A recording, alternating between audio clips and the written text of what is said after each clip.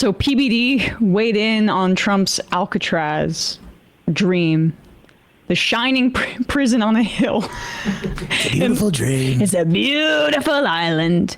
I just can't get over how he has revamped his childlike vision of the southern border, which included a moat. If people remember, Trump 1.0 talked about a moat with alligators in it to keep immigrants out. And now he wants sharks to bite off the legs of anybody who tries to escape Alcatraz. Like, mysticism and like nostalgia are always a part of fascist ideology, but it's like the laziness with which Trump approaches his just like old-timey Golden Dome vision of America. There's nothing that looks forward to the future, right? It's all reclaiming the past, but it's even more, I think, like duct taped together this time, it feels. Mythology is how ideas are translated into power. The basically accepted way of that. Wow. In actually, Richard Slotkin, a former guest of this program, has written about that, and that's we're leaning in on this really heavily. The Gulf of America bullshit, renaming the Gulf of Mexico. It's just symbolic manipulation. Is really all you're going to get. I mean, and frankly, the Democrats like to give you a little bit of symbolic manipulation too. Joe Biden touting, "Oh, we're going to have interracial commercials now." Yeah. No, liberals will do this with our founding fathers, I think, or with our Constitution, and there's some mythologizing that's not helpful there. But fascist mythologization is usually to justify things like maybe locking up a bunch of people in prison who haven't done anything wrong except trying to come to this country for a better life, right, or just not providing them with their rights via due process. So the entrepreneurs over there at the top of the pyramid of society, PBD, has weighed in on Trump's extremely stupid idea that everyone's laughing at. Are they laughing? Well, so they kind of, this is the guy Tom telling PBD well, we'll get his take here. Okay. Tom. Well, I think the great troller strikes again. He's talking to somebody. You don't always know who Trump's talking to, but he's talking to somebody here. And people are losing their mind. And I think he does that. And I think sometimes he does that on a Monday because he's got something he's going to do on Tuesday, and he wants everybody to be running over. Look over here. Look over here. And so I think that's what's going on. I mean, Alcatraz, it would be god-awful expensive to retrofit it and to build it again and to do everything. Do you think it's worth doing? Do you think you should do it? No. It's a museum now, and you don't need to preserve the museum. But if you look out there, we understand the thought that they had at the time they did it, but it would be way. So you think it's a bad idea? Do I think it's a bad idea Rob, to have a prison like Alcatraz? Do I think it's a bad idea to have the Leavenworths and the Alcatrazes? This is so funny because he's so nervous. He asked him a direct question of, "Are you going against Daddy?" Yeah. Hey. And he said, "No, Daddy's right in concept, but in the specifics, of course, it's impractical." Right. Mr. President, this is a version of what they do at the cabinet meetings, where it's like, "You are so brilliant. There's never been a president like you," and buttering him up so he can feel like he has made an impact, even if his exact idea isn't implemented. It's like those stories about how Gary Cohn back in the first administration Trump would tell him to do something and he just would flatter him and then not do it, and Trump would forget about it. Like they're doing a version of this, but with a podcast. Yeah, I just love I love PBD being like, "Wait, we don't do that a lot on this show. You're saying Mr. Trump is wrong?" Yeah. Step carefully, buddy. I think sometimes he does that on a Monday because he's got something he's going to do on Tuesday, and he wants everybody to be running over. Look over here. Look over here. And so I think that's what's going on. I mean, Alcatraz, it would be. Can you actually go back for a sec? I want to hear PBD challenge him and almost throw him under the bus. So it comes up here. Okay, keep going. Talking to somebody. You don't always know who Trump's talking to, but he's talking to somebody here. And people are losing their mind. And I think he does that. And I think sometimes he does that on a Monday because he's got something he's going to do on Tuesday. It's a Wednesday, by the way. And and he wants everybody to be running over. Look over here. Look over here.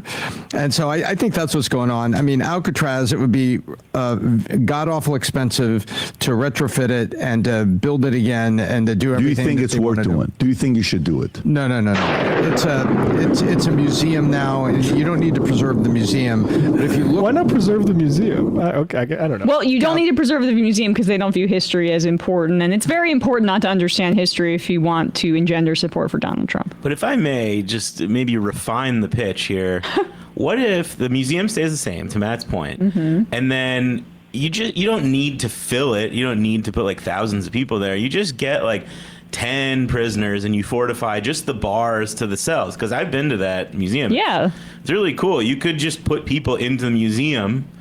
That's like what Bukele would do if he was right, like a tourism to see people in shackles. You could sell it. Charge money. That's a good point. Actually, yeah, the FBI's Most Wanted should go there, and it could be like you could sell tickets, look at them, throw peanuts at them, and stuff like that. Well, or I mean, FBI Most Wanted. That's like the second tier of criminals. What we need to be worrying about are college students, or like steel workers in Maryland, or the gay hairdresser in California for being immigrants. Those are the people that apparently need to be locked up there. And it's like a zoo for immigrants. That's what they can turn it into. We understand the thought that they had at the time they did it, but it would be way So you think it's a bad idea? Do I think it's a bad idea Rob, to have a prison like Alcatraz? Do I think it's... I love that he reframes it so like... The question is, do you think we should reopen Alcatraz? He says, I want to answer a different question of, we should have a thing like Alcatraz that's actually really cheap to run, though, and practical. Right. The time they did it, but it would be way... So you think it's a bad idea? Do I think it's a bad idea Rob, to have a prison like Alcatraz? Do I think it's a bad idea to have the Leavenworths and the Alcatrazes? No, I don't. Because I think there needs to be fear in criminals. I don't want to go there. Vinny, your thoughts on this? Well, Troll, is there any ounce of seriousness in this? Adam, turn off your lights. I think there's a slight seriousness, but at the same token, there's a slight seriousness. I think to piss off the left, Pat, when you were on Jesse Waters just said, I think it's hilarious. Yeah. But at the same token, it's like, hey, the left is furious. They're still talking about it. CNN was talking about it last night. Abby Phillips, Scott Jennings, on the left, sure.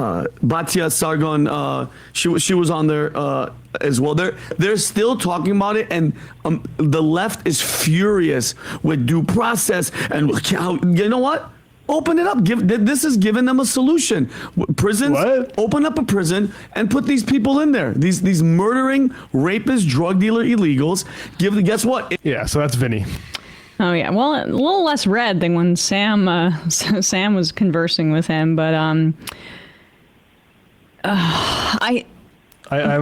due process, so I'll be happy to just send a Maryland man into Alcatraz. Like, could Donald Trump just like walk on stage and take a shit, and if people continue talking about it, it's just the left being triggered? Maybe people are talking about it because it's the dumbest thing people have ever heard in their lives. Well, that's the thing with a guy like Vinny, and like for folks, I mean, there's apparently a large amount of men who watch PBD and seem to think they're getting something nutritious when Vinny opens his mouth.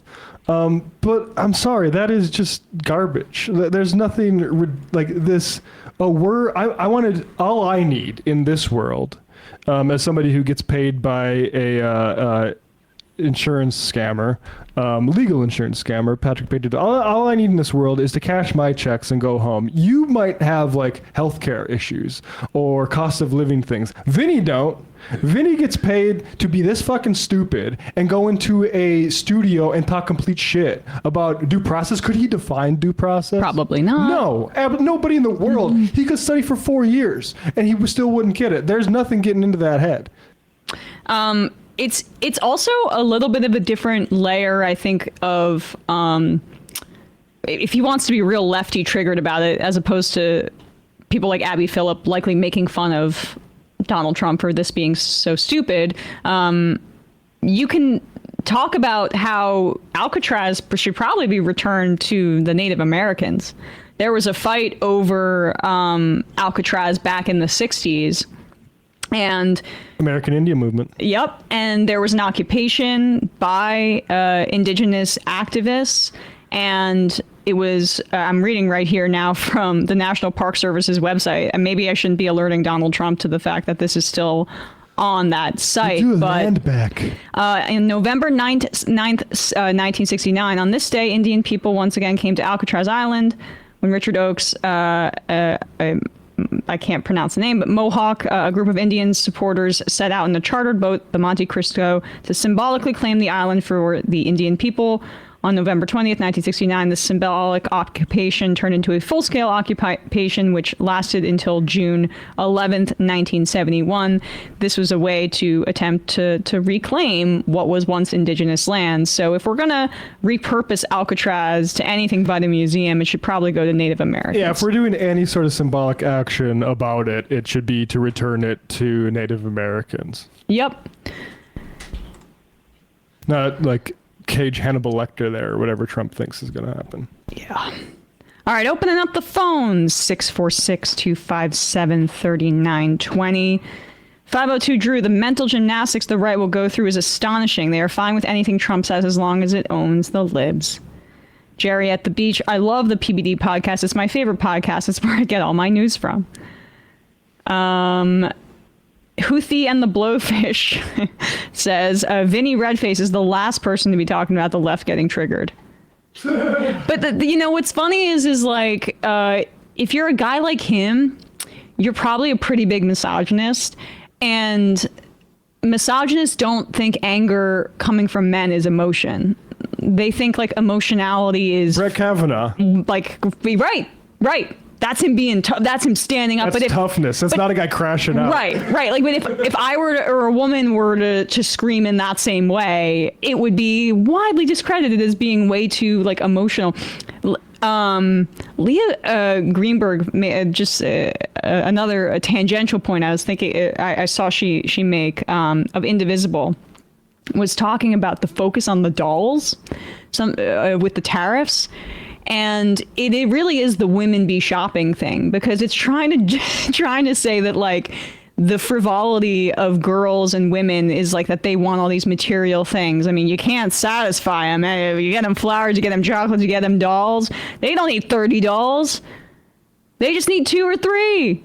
You know, men, we can get by, but like that was that it's inherently silly to care about getting toys for your kids. And it's just odd they don't focus on trucks or video games, or like toy trucks or video games, which are going to be affected by this. But I think Leah cracked the code there. Didn't invite all those little girls into the Oval Office to sign the tariffs, did we? Though we saw come in to do some bullshit about trans participation in volleyball or whatever. But when it's time to say, actually, you know what? No Barbie dream house. Nope. Your life's gonna be better for us. You won't have a trans girl on your soccer team, but you also won't have any toys. Need these beautiful baby girls to make the little sacrifices so American capitalists continue their domination of the world. Calling from a 413 area code. Who's this? Where are you calling from? 413?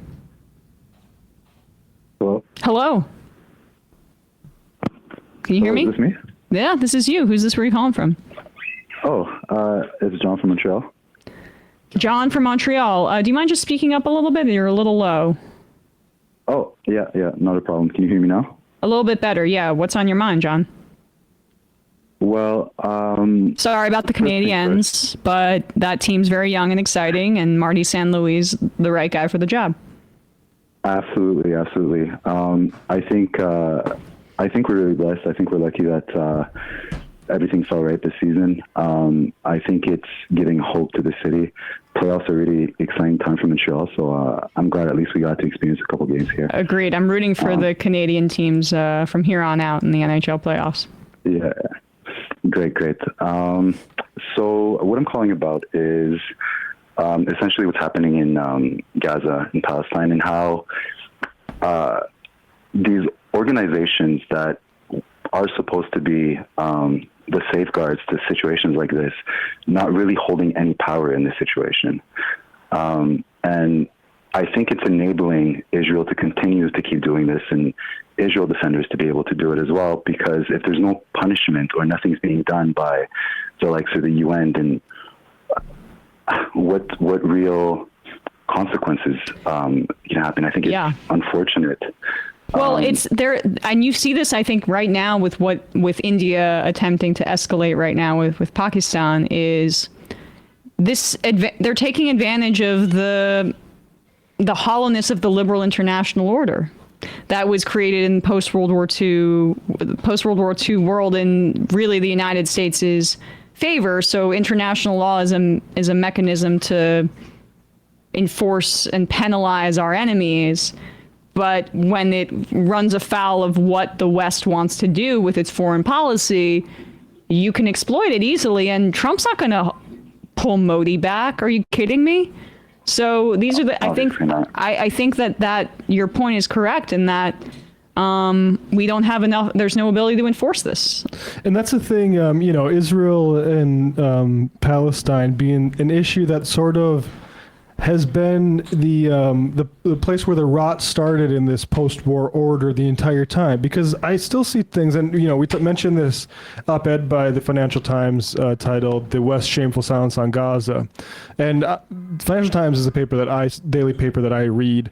It's, I think, much better on this issue than it is objectively better on this issue than the Washington Post or particularly the New York Times.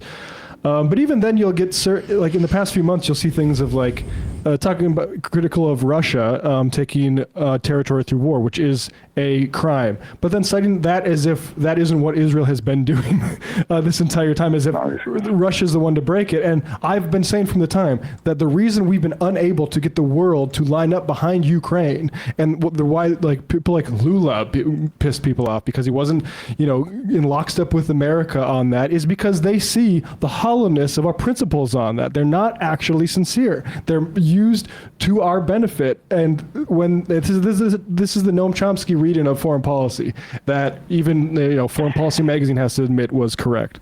Hey folks, don't forget to hit the subscribe button and check out our daily show. We do it every day at 12 p.m. Eastern for about 2.5 hours. We even take phone calls. You should check that out.